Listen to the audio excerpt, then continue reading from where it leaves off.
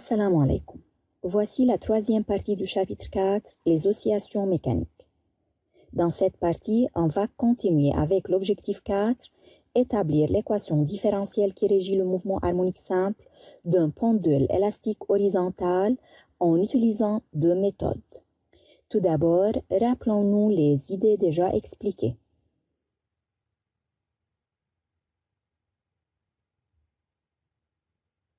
Lorsqu'on réfléchit à la nature d'un mouvement, on pense à un mouvement rectiligne uniforme, à un mouvement rectiligne uniformément varié ou à un mouvement harmonique simple. Rappelons qu'on peut dire que c'est un mouvement harmonique simple lorsque l'équation différentielle a la forme x seconde plus oméga 0 carré x est égal à 0 ou l'équation horaire a la forme de x est égal à cosinus oméga 0 t plus phi ou a sinus oméga 0 t plus phi. D'autre part, on a déjà vu que la nature d'oscillation peut être libre amorti, libre non amorti, entretenu ou forcé. Et lorsque les oscillations mécaniques sont libres non amorties, l'énergie mécanique est conservée puisqu'il n'y a pas de forces non conservatives. Pour étudier les caractéristiques d'oscillation libre non amortie, on considère un pendule élastique horizontal formé d'un solide de masse M et d'un ressort de raideur K de masse négligeable et de spire non jointive. Le solide est attaché à l'extrémité du ressort, dont l'autre extrémité est fixée à un support. X' est un axe horizontal orienté positivement à droite. Prendre le plan horizontal passant par le centre de masse G du solide comme le niveau de l'énergie potentielle de pesanteur. Lorsque le ressort est ni allongé ni comprimé, dans ce cas l'abscisse de G et X est égale à 0, on appelle cette position d'équilibre. Le solide est déplacé d'une distance x est égale à et lâché alors sans vitesse initiale. Le déplacement maximal de la position d'équilibre est appelé amplitude. Comme on a déjà dit au début de cette vidéo qu'il y a deux méthodes pour déterminer l'équation différentielle. On commence maintenant par méthode 1, énergie mécanique. Pour établir l'équation différentielle du mouvement, il faut choisir l'expression de l'énergie mécanique à l'instant où l'abscisse x et la vitesse v ne sont pas nulles.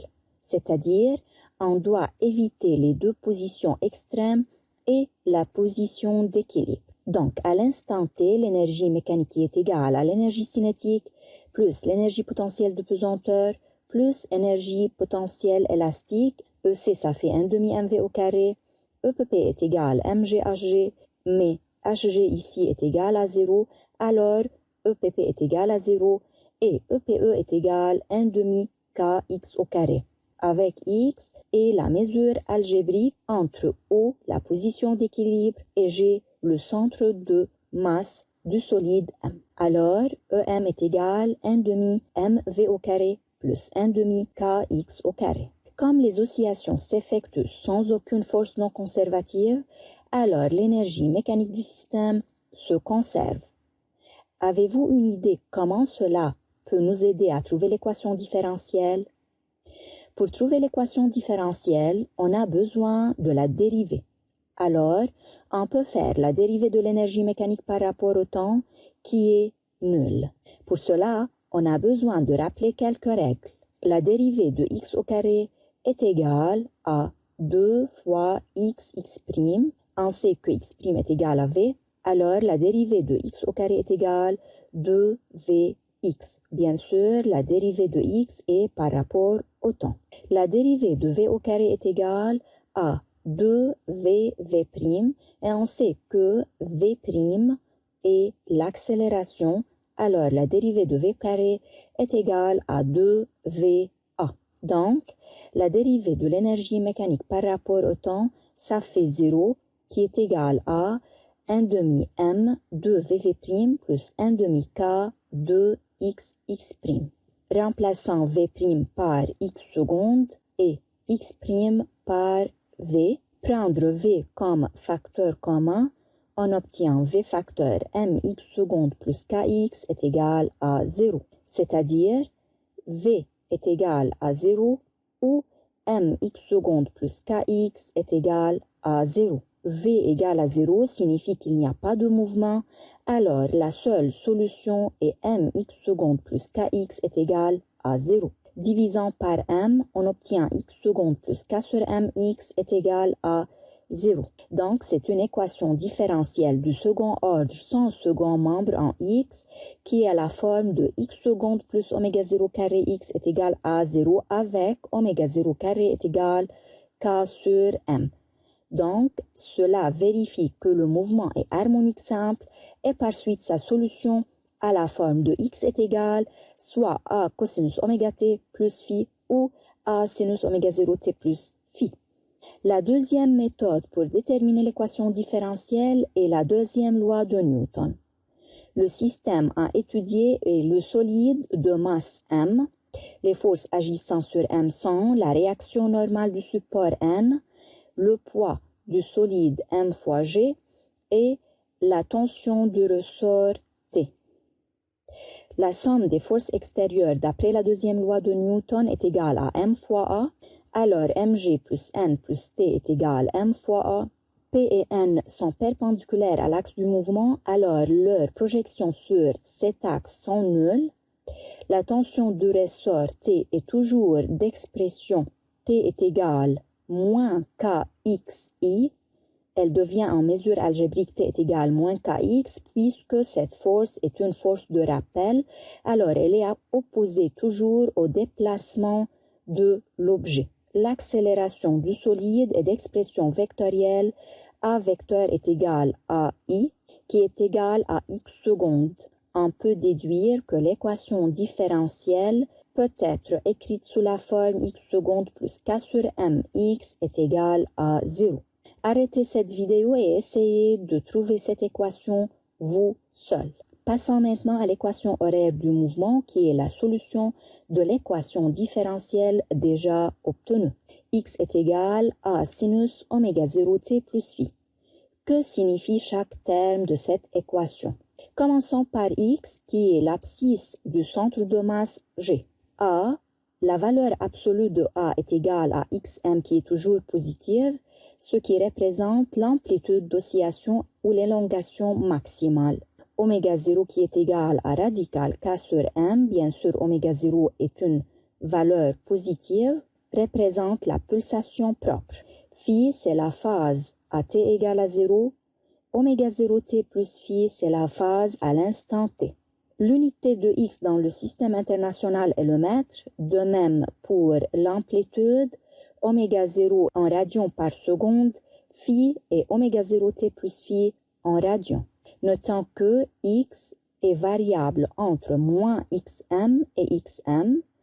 X, A et xm toujours ont la même unité. L'amplitude d'oscillation dépend de x0 et v0, tandis que oméga 0 dépend seulement des caractéristiques m et k de l'oscillateur et phi dépend encore de x0 et de v0. Alors, les caractéristiques du mouvement harmonique simple sont la période propre, T0 est égal à 2pi sur oméga 0, ça fait 2pi radical m sur k. Bien sûr, T0 s'exprime dans le système international en secondes. La fréquence propre F0 est égale à 1 sur T0, ça fait 1 sur 2pi radical k sur m. L'amplitude est xm. On va essayer de trouver l'influence des caractéristiques de l'équation horaire sur l'image de cette équation. Soit x est égal à 1 sinus de pi t. Ici, x est donné en centimètres, alors l'amplitude xm est égale à 1 centimètre. Oméga 0 est égal à 2pi radians par seconde. La période qui est égale à 2pi sur oméga 0, ça fait 1 seconde. Et la phase ici, à t égale à 0, est égale à 0. Alors, on observe maintenant la fonction x est égale sinus de pi t. X est égal à 1,5 fois sinus de pi t. Dans ce cas, on a varié seulement l'amplitude. Alors, on a la même pulsation propre, la même période et la phase à t égale à 0. Donc, tout simplement, ce qui varie sur le graphe est l'amplitude de cette équation. Maintenant, On change oméga 0, donc l'amplitude reste 1 cm, oméga 0 pi. Alors la période, ça fait 2 secondes et la phase à t égale à 0 est 0 radian. Donc on a la même amplitude, mais ici la période augmente et doublée. Le tracé de cette équation sera comme montre la figure devant vous. Soit x est égal à 1 fois sinus de pi t plus pi sur 4. Donc, tout simplement, on a varié la valeur de phi.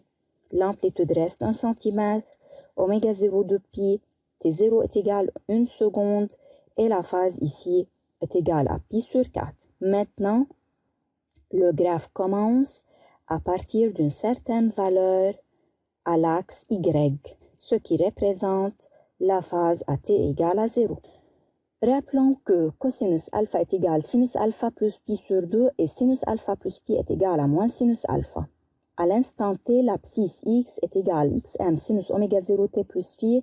Son amplitude est xm, qui est le coefficient devant sinus. La vitesse et la dérivée de x, ça fait xm oméga 0 cosinus oméga 0 t plus phi. De même, l'amplitude et le coefficient, bien sûr, en valeur absolue devant cosinus, ça fait xm oméga 0. On peut écrire v comme vm sinus oméga 0 t plus phi sur 2, puisqu'on a déjà dit que cosinus alpha est égal à sinus alpha plus pi sur 2. L'accélération, qui est la dérivée de la vitesse et la dérivée seconde de x, est égale à moins xm oméga 0 carré sinus oméga 0 t plus phi. L'accélération maximale est égale à xm oméga 0 carré. L'accélération ici est égale à moins oméga 0 carré fois x. Donc, on peut écrire a est égal à m. À la place de moins x, ça fait xm sinus oméga 0 t plus phi plus pi. On remarque alors que la différence de phase entre v et x est pi sur 2 et entre a et x est pi. Comme résumé, on ajoute la pulsation propre oméga 0 est égale radical k sur m et la période propre t0 est égale 2 pi radical m sur k. C'est la fin de la partie 3. Merci pour votre attention.